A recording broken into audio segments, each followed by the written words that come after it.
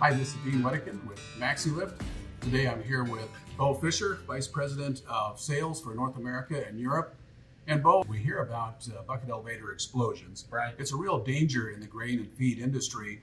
I think the biggest surprise for me one time was to do an inspection of a bucket elevator where I climbed to the top. I didn't have a man lift, so I climbed the ladder, but partway up I noticed that the trunking was bulged out. And I can guess, I'm sure you can guess, that the bucket elevator is using steel buckets. And at some point, sometime in the history of that leg, there had been a time when one of those buckets or something had gotten in there, some tramp metal or something, had caused a spark, and actually had been an explosion modified, not a very large one, enough to poof out the trunking.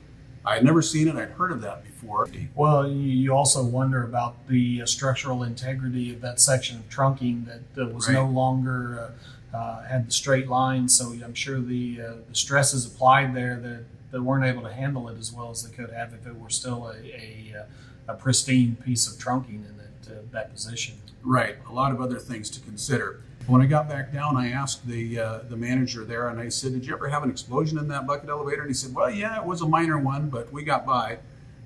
They hadn't replaced the buckets, and so I said, "You really are setting yourself up to possibly have that happen again unless you replace those buckets out with some plastic buckets." Yeah. It was a surprise to me. We often hear about catastrophic explosions, but this was one that was just enough that it was a real surprise. I'm glad that they are going forward with getting a quote and looking at replacing those buckets because it's going to make a difference in the future for their safety. Thank you very much, Bo. This is Dean Wedekind with Maxi-Lift, along with Bo Fisher, VP of Sales in North America and Europe.